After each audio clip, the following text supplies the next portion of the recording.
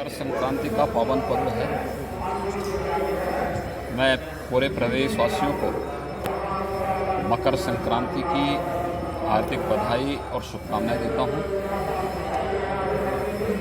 मकर संक्रांति का यह पर्व जगतपिता सूर्य की उपासना का पर्व है और स्वाभाविक रूप से इस चराचर जगत की प्रत्येक घटना भगवान सूर्य से जुड़ी हुई है। देश के अंदर अलग अलग क्षेत्रों में अलग अलग नाम और रूपों में पर्व मनाया जाता है। उत्तर भारत में खिचड़ी संक्रांति के रूप में, दक्षिण भारत में पोंगल के रूप में, पंजाब आदि में लोहड़ी के रूप में, असम आदि में बिहू के रूप में हम इस पर्व को मनाते हैं। बंगाल में, महाराष्ट्र में तिलवा संक्रांति के रूप में भी इसकी मान्यता है और इस अवसर पर बड़ी संख्या में श्रद्धालुजन पवित्र नदियों में, तालाबों में, सरोवरों में स्नान करके भगवान सूर्य को अर्घ्य दे करके भारत की सनातन धर्म की परंपरा के अनुसार दान आदि की क्रियाओं को संपन्न भी करता है। गोरखपुर में महायोगी भगवान गोरक्षनाथ जी को देश के अंदर से आने वाले लाखों श्रद्धालुओं के द्वारा आस्था की पवित्र खिचड़ी चढ़ाई जाती है और इसी निमित्त आज मकर संक्रांति के अवसर पर यहाँ पे लाखों की संख्या में श्रद्धालुजन आकर के अपनी इस परंपरागत आस्था को व्यक्त करने का कार्य यहाँ पे संपन्न कर रहे हैं। मेरा सौभाग्य है कि ब्रह्म मुहूर्त में अभी 4 बजे मंदिर में पूजा आदि की कार्यक्रम संपन्न होने के बाद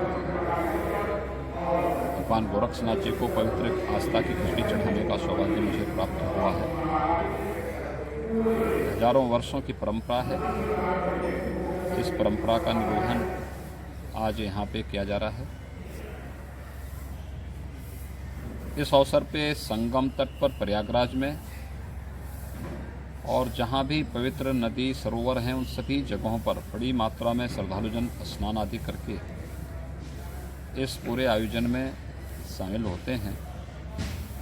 मकर संक्रांति के अवसर पर यहाँ पर श्रद्धालुजनों के लिए पूरी सुविधा और व्यवस्थाएं यहाँ पर पहले से ही तय की गई हैं। उसमें मंदिर प्रशासन की ओर से भी, जिला प्रशासन की ओर से भी पूरी व्यवस्था है जिससे किसी भी श्रद्धालु को किसी प्रकार की कोई दिक्कत न होने पाए और मकर संक्रांति का यह पर्व हम आनंददायक रूप से मना सकें। ये जगतपिता सूर्य की उपासना का पर्व तो है ही, ये बहुत सारे स्थानों पर किसानों के उमंग और उत्साह का पर्व भी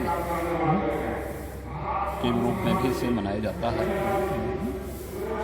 स्वाभाविक रूप से खिचड़ी का दान इस अवसर पर चढ़ाना इस बात को प्रदर्शित करता है कि हमारा जो अन्नदाता किसान है वह जब अपनी मेहनत से, अपने पुरुषार्थ से खेतों से अन्न उत्पन्न करता है तो तदीयमस्तु गोविंद तुभ्यमेव समर्पये के भाव के साथ अपने इष्ट को भी उसका दान स्वरूप देता है।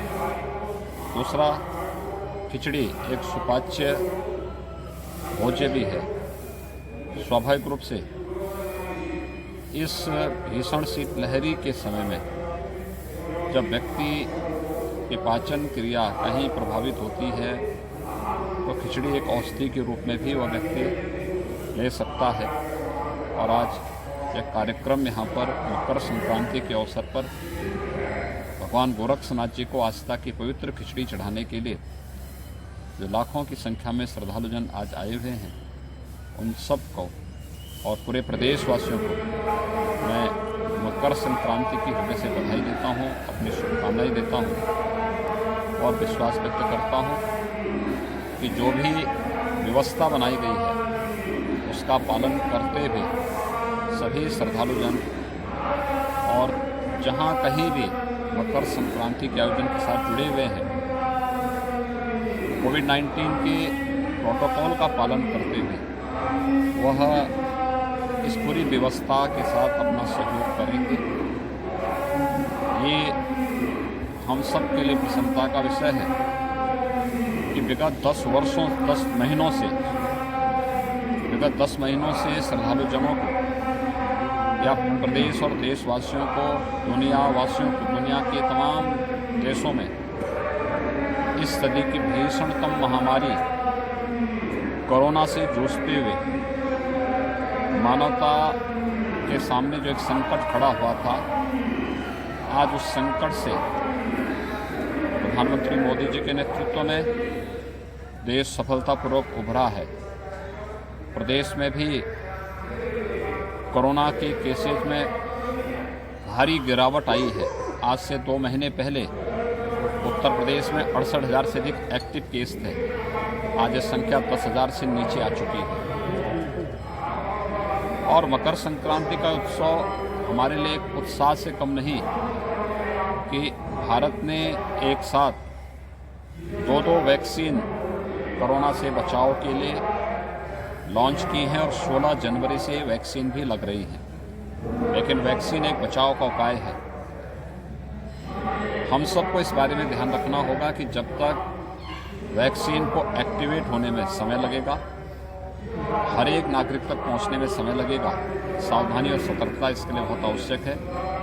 हम मकर संक्रांति के इस आयोजन के साथ सहभागी बने, इस आयोजन को हर्षोल्लास के साथ मनाएं, लेकिन 2 गज की दूरी और मास्क जरूरी का पालन जरूर करें, क्योंकि कोरोना से देश की इस लड़ाई को मजबूती से आगे बढ़ाने और सफलतापूर्वक इस आयोजन को संपन्न करने में हमें तभी सफलता प्राप्त होगी।